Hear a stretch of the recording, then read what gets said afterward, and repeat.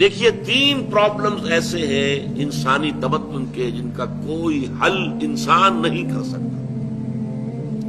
سب سے پہلا مسئلہ اور سب سے پرانا مسئلہ، ابدی مسئلہ ہمیشہ سے ہے جب سے انسان ہے، عورت اور مرد کے حقوق و اختیارات میں کیا تقسیم ہونی چاہیے۔ آپ کو معلوم ہے افراط و تفریط، یا تو عورت کو ملکیت بنا دیا گیا، جیسے بھیڑ بکری جو ہے آپ کے کھوٹے سے باندھ رکھی ہے، ایسے ایک عورت بھی باندھی ہوئی ہے، وہ آپ کی ملکیت ہے، اس کے کوئی حقوق نہیں ہے، اس کا کوئی لیگل سٹیٹس نہیں، اس کا کوئی تشخص نہیں، کوئی ہے ہی نہیں۔ یا وہ انتہا ہوگی اور یا وہ انتہا ہے جو آج آ گئی ہے، بالکل مرد کے شانہ بشانہ، ساری تخلیقی مصلحتوں کو چھوڑا، ساری جو بھی انسان کی جو انیٹومیکل جو بھی ڈفرنسز ہیں ان کو چھوڑا، جو سائیکولوجیکل فرق ہے ان کی تخلیق میں، اس کو ایک جیسے برابر، نہیں قطعاً نہیں۔ ان دونوں کے درمیان کیا توازن؟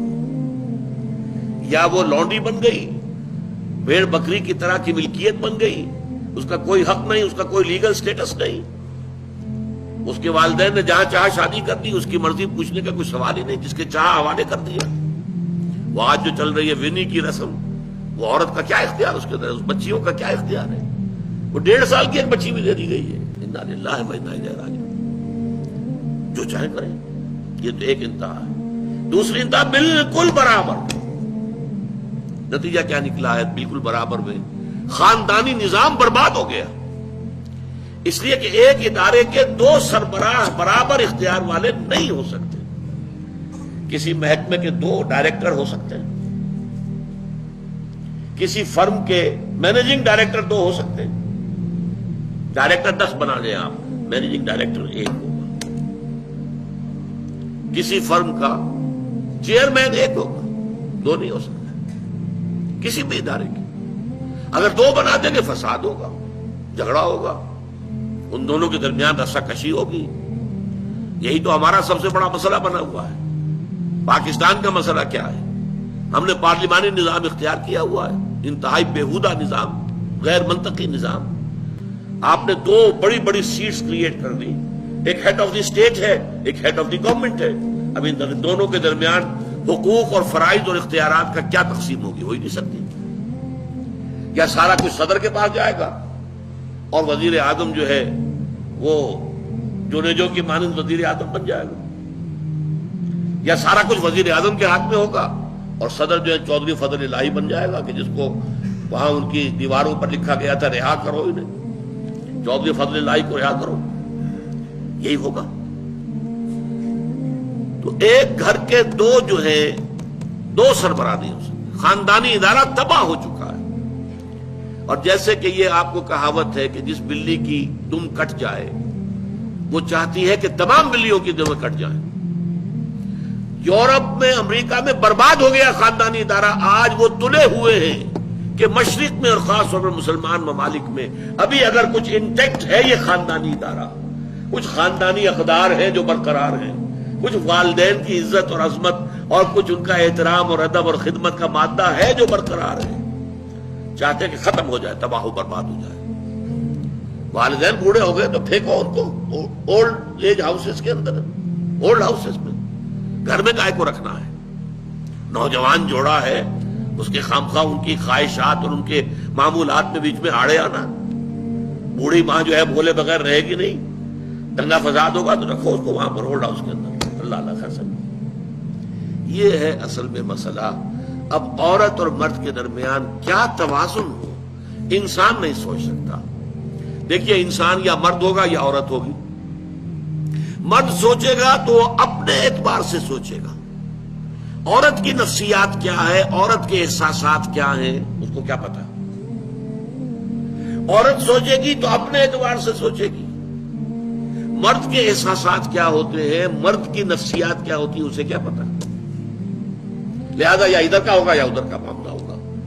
ایک ہی ذات دے سکتی ہے آپ کو نظام، جو مرد کی بھی خالق ہے عورت کی بھی خالق ہے، اسی نے بنایا دونوں کو، اور دونوں ہی اس کے لیے اولاد کے مانند ہیں۔ یہ حدیث نبوی کا ترجمہ کر کے بتا رہا ہوں آپ کو۔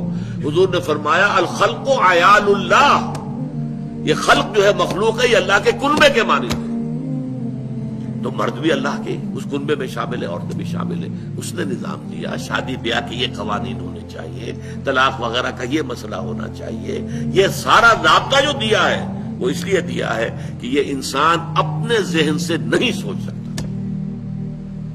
آج تباہی آ گئی ہے مغرب کے اندر، شادی کرنا ہی نہیں چاہتے. We are living together. شادی کریں گے تو نتیجہ پتہ ہے کیا نکلتا ہے؟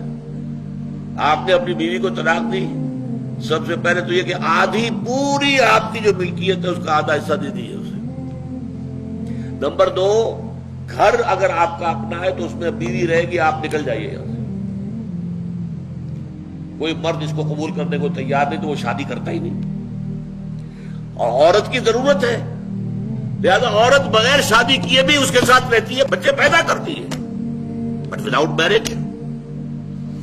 میرج جو بچے پیدا ہو رہے ہیں حرامی بچے. تو پچھلے سال صدر کلنٹن نے کیا کہا تھا؟ اس کا جو اپنا خطاب تھا نیو ایئرز ڈے کا، وہ خطاب کیا تھا؟ ان قریب ہماری قوم، امریکن قوم کی اکثریت حرام زادوں پر مشتمل ہوگی. یہ حرام زادہ ترجمہ کیا ہے میں نے، بورن وداؤٹ ویڈ لاک، شادی کے بندھن کے بغیر پیدا ہونے والے. اسی کو ہم حرامی کہتے ہیں، حرام زادے کہتے ہیں. اور کس کو کہتے ہیں؟ اچھا، دوسرا مسئلہ، پہلا مسئلہ تو یہی ہے، پرانا بہت ہے، قدیم ہے. دوسرا مسئلہ، ایک ریاست ہے، ایک نظام ہے، اس کے کچھ اختیارات اور حقوق ہونے چاہیے. ایک عوام ہے، ان کے کچھ اختیارات ہونے چاہیے.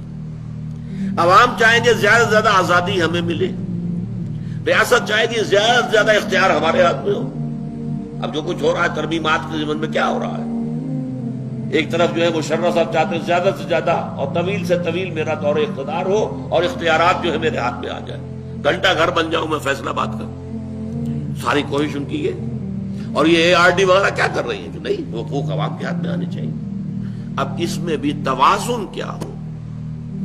یا ٹوٹلیٹیرین سٹیٹ وجود میں آ جاتی ہے جو رشیا میں تھی، USSR میں تھی، عوام کے کوئی حقوق نہیں، no freedom of speech, no freedom of association.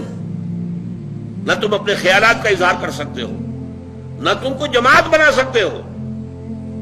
یہ نظام تھا. کام کرو، ویجز لو، بس اللہ اللہ خرچ اللہ، حیوانوں کی طرح پر کہ صرف راتب دے دیا جائے گا، باقی تمہیں کوئی تمہاری ایکسپریشن، کوئی اپنے خیالات کا اظہار، کوئی فریڈم آف ایسوسیشن نہیں. امریکہ دوسری انتہا پر، مادر پدر آزاد. 2 مرد شادی کرنا چاہتے کر لیں، ایک مرد بیوی ہو جائے گا اور ایک مرد شوہر ہو جائے گا. لیگلی قانون کے نزدیک ریکگنائزڈ ہوگا. ایک آزادی کی وہ انتہا ہے. گیز، ہومو سیکشولز، وہ وہاں جلوس نکالتے ہیں، بڑے ٹھاٹ سے نعرے لگاتے ہوئے گزرتے ہیں. وہ ہنستے ہیں، ہم لوگوں پر ہنستے ہیں کہ پاگل لوگ ہیں یہ جو اس کو ہومو سیکشولیٹی کو بری شے سمجھتے ہیں. اور نیو یارک کا جو میئر ہے وہ لیڈ کرتا ہے پروفیشن. کیوں کرتا ہے؟ اسے اگلا بھی الیکشن لڑنا ہے اور گیز کے ووٹس بہت ہیں. اس سے اندازہ کیجئے کہ کتنی پرسنٹیج وہاں گیز کی ہو چکی ہے، ہومو سیکشولز کی. یہاں تک کہ طے کر دیا گیا ہے مذہبی میدان میں بھی گیز کو اجازت ہے، وہ پادری بن سکتے ہیں. گیز ہے، ہومو سیکشولز ہے، فطرت کے خلاف کام. کیا وہ آزادی ہے؟ تو کہاں ہے بیلنس؟ انسانی ذہن کے لیے ناممکن ہے اس بیلنس کا تلاش کرنا. نمبر 3، سرمایہ اور محنت. پروڈکشن جو بھی ہوتی ہے 2 چیزوں سے ہوگی. سرمایہ دار تھا، اس نے کارخانہ لگایا ہے، اتنے کروڑ روپے لگا دیے ہیں، یہ کیا ہے، وہ کیا ہے، یہ سرمایہ ہے. لیکن وہ کیا کر لے گا اکیلا؟ 10,000 آدمی کام کر رہا ہے، لیبر ہے. اب جو کچھ بھی بن رہا ہے، جو پروڈکٹ بن رہا ہے اور جو اس سے آمدنی ہو رہی ہے، اس میں دونوں کے حصہ ہے، لیبر کا بھی حصہ ہے اور سرمایہ کا بھی حصہ ہے. لیکن منافع میں کتنا حصہ سرمایہ کا ہوگا، کتنا لیبر کا ہوگا، کون طے کرے گا؟ یا تو سرمایہ داری بن جائے گی، تب میں تو آپ کو 10 روپے دے سکتا ہوں ڈیلی ویج، منظور ہے تو کام کیجئے ورنہ چاہیے دفع ہو جائے گی. اور بہت سے آپ کے بھائی موجود ہیں جو 10 روپے پر کام کرنے کے لیے تیار ہو جائیں.